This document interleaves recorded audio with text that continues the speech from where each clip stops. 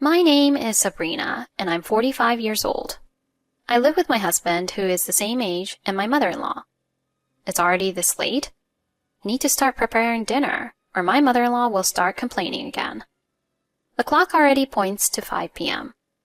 I stopped what I was doing and headed straight to the kitchen on the first floor. It seems my mother-in-law hasn't returned yet. I felt a bit relieved and started preparing the meal. Working from home allows me to easily switch to household chores. I work as a designer from home. I'm not an employee, but a freelancer.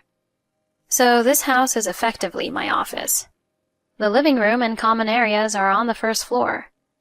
The second floor houses my workspace and our bedroom. I'm back! As soon as she returned, my mother-in-law glared at me and sighed. Oh, you're starting dinner this late. I've just come home after a long day and it's almost time for your husband to get home. Complaining like this is a habit for my mother-in-law. Really? You're such a useless daughter-in-law. Unlike my mother-in-law, who lives comfortably on her pension, I'm working and would appreciate a bit of consideration. I smiled vaguely at my mother-in-law's words. This sort of thing happens all the time. There's no point in arguing about it. Mom, where were you today? I engaged my mother-in-law in small talk. There was a neighborhood association meeting. Next week, I'm participating in a senior citizens event. Talking with old people is so tiring. It's always such depressing talk. You're old too, though. I thought this, but I didn't say it. Just smiled at her. Is that so? That sounds tough. If you think so, then make me some tea. I want something sweet. Go buy some donuts from the shop nearby. Even though it's almost time for dinner, she acts like a spoiled child. My mother-in-law is selfish and self-centered. She always enjoys bossing me around and making me do what she wants.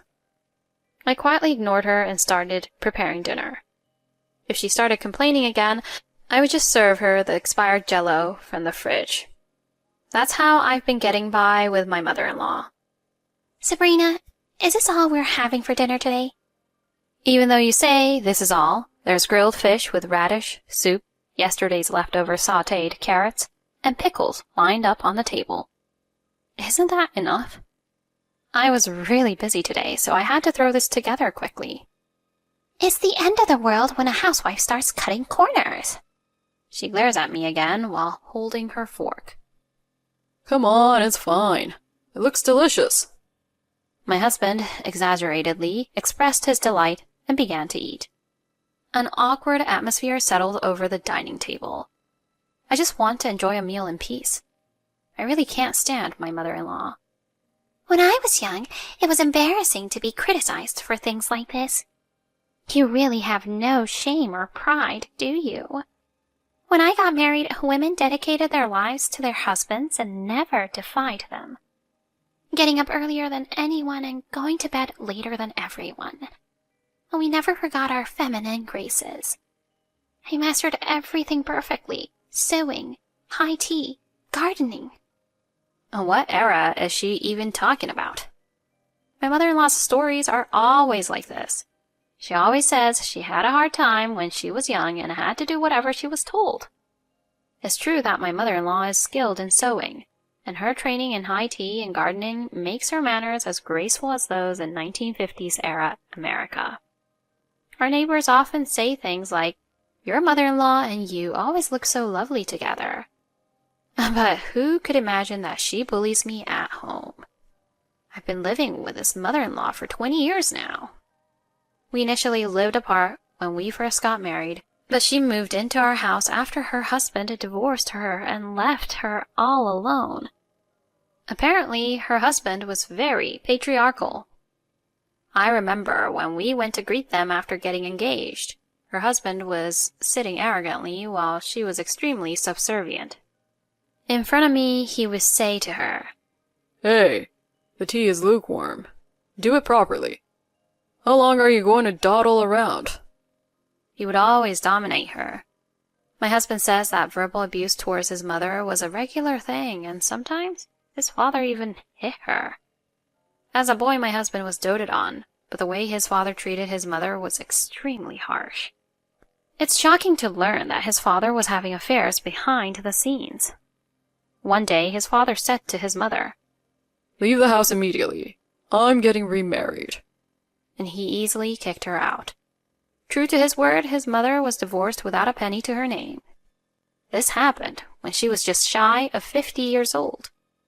Having been a housewife for nearly 30 years, she had no way to support herself on her own. My husband and I discussed it and decided to take her in.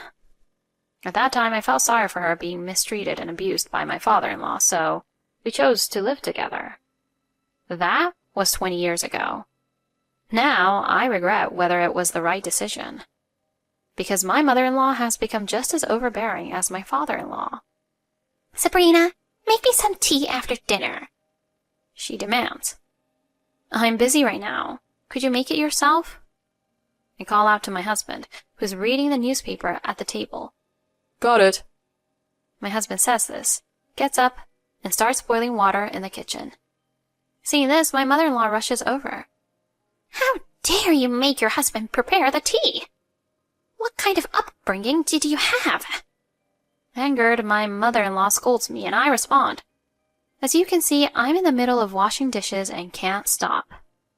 That's just an excuse. Why do you always talk back to me? Who do you think you are, relying on your husband financially? You only contribute $500 a month for rent. You really are useless. Saying this, my mother-in-law snatched the teapot and began making tea herself. If she can do it herself, why does she ask me? Even if the rent thing is true, it has nothing to do with this. Thinking this, I bit my tongue and managed not to say anything. I really ended up with a horrible mother-in-law. I was beginning to feel quite exposed from living in the same hometown as my mother-in-law. Then one day, my mother-in-law came home from outside in an unusually cheerful mood. She was so happy, humming and skipping around the house. I couldn't help but wonder what had happened. Mom, you seem really happy today. Is everything okay? Did something happen? Oh, Sabrina, I just wanted to ask something. The living room on the first floor or the one upstairs? I wondered what she was getting at. The room upstairs is where I usually work. Well, yes, the upstairs room is bigger. Plus, if we remove the divider, it can be one large room. Oh, really? I didn't know that. It seems like there's no issue with space. My mother-in-law pondered to herself. I had no idea what she was thinking. Mother-in-law, what's going on? I asked with a sense of foreboding. I'm going to become a sewing teacher. A teacher? A friend I met at the community center invited me to start a sewing class together. Can you believe it? Me at 70 becoming a teacher? Today was the last day of the sewing class we've been doing at the community center every week. It was the last day, and then, since I'm good at sewing, and Michelle is too, we decided to become teachers and recruit members. My mother-in-law explained happily. Is that so, mother-in-law? That's amazing. I pretended to be a little more surprised than I actually was. If my mother-in-law spends more time outside, it might make things a bit easier for me.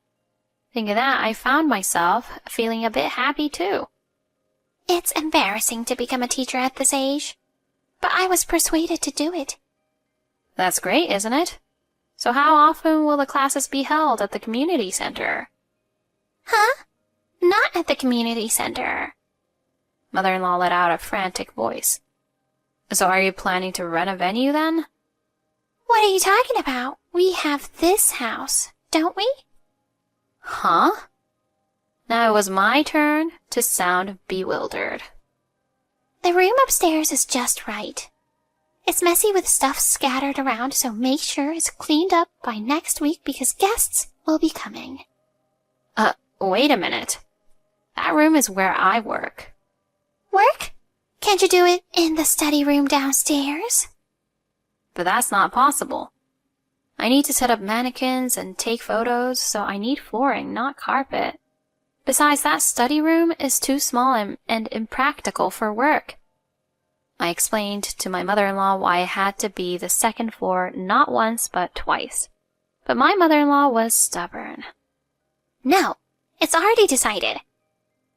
This is a problem. Where am I supposed to work? You should use your head a little. Why don't you rent a place yourself? My mother-in-law said proudly. You're only putting in $500 a month, aren't you? Don't get too cocky, thinking you're something special. My mother-in-law said this and boldly entered my second-floor workroom, starting to tidy up my work tools. Honestly, you're such an incompetent daughter-in-law who can't even tidy up properly. It was futile to say anything more to this mother-in-law. I resigned myself to the situation. I see.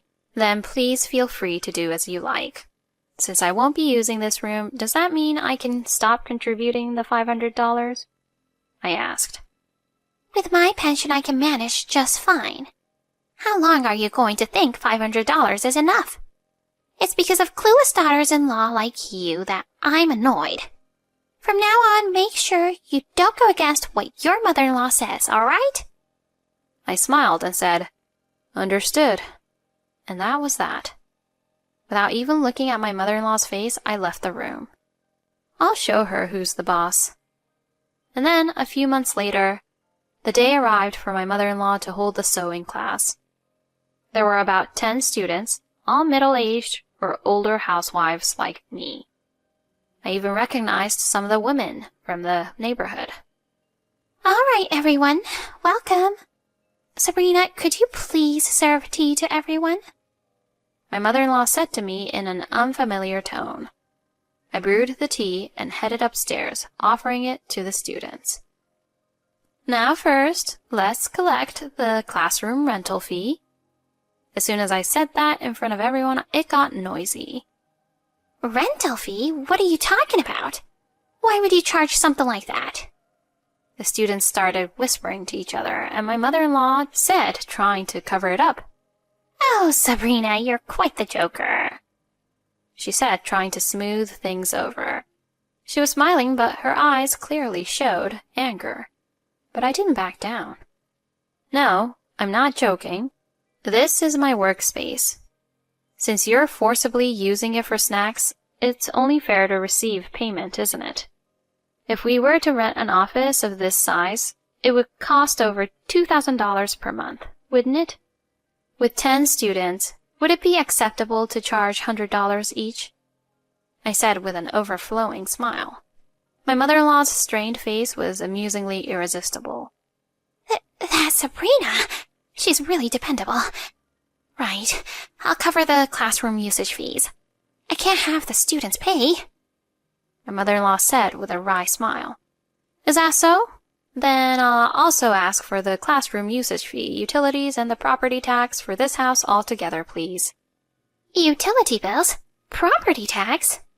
Yes, I've been paying them until now, but it seems from now on you'll be handling them, Mom. Please take care of it. Then, a student who had been listening awkwardly to our conversation suddenly started preparing to leave. I'm sorry, I'll head home. I feel like I shouldn't be here. I also feel like I've intruded on your daughter-in-law's place. I'm sorry. Students start to leave in a group. Oh, everyone, please, wait. Despite my mother-in-law's attempt to stop them, the students left. In the end, the only one left was my mother-in-law's friend, Michelle. What's going on? Michelle confronted my mother-in-law with an angry expression. It's that daughter-in-law, doing things on her own. Are you using this room without your daughter-in-law's permission? No, it's not like that. Beside my flustered mother-in-law, I quietly sipped the tea I poured for myself. I went to all the trouble of inviting various people, and now it's all ruined. I left it to you because you said let's do it at your house. That's enough. I was foolish to rely on you.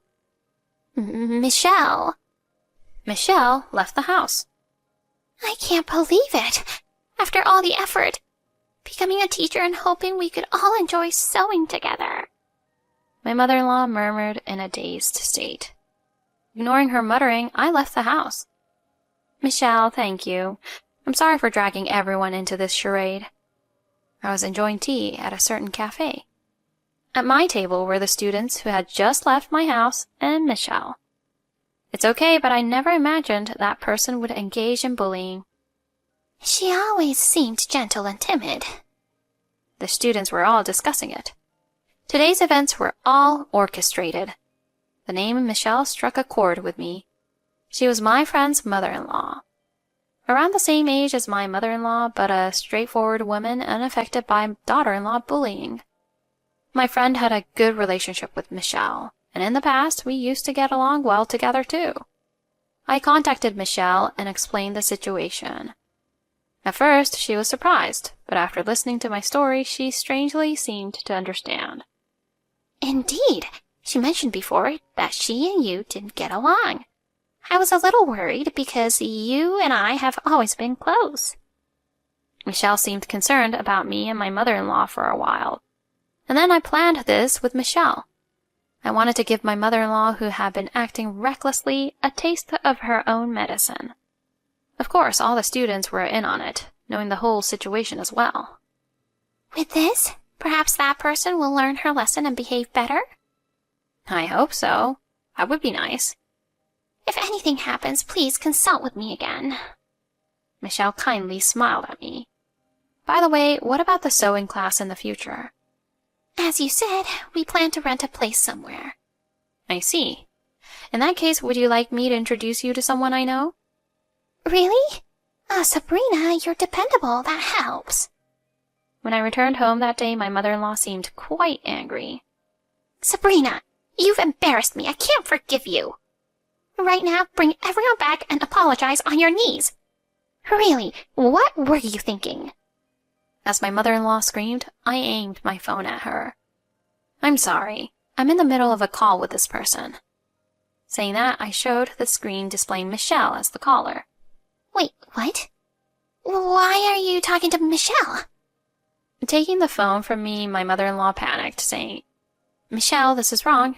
Michelle. Then from the phone on speaker mode, Mom, what are you talking about with Michelle? I heard my husband's voice.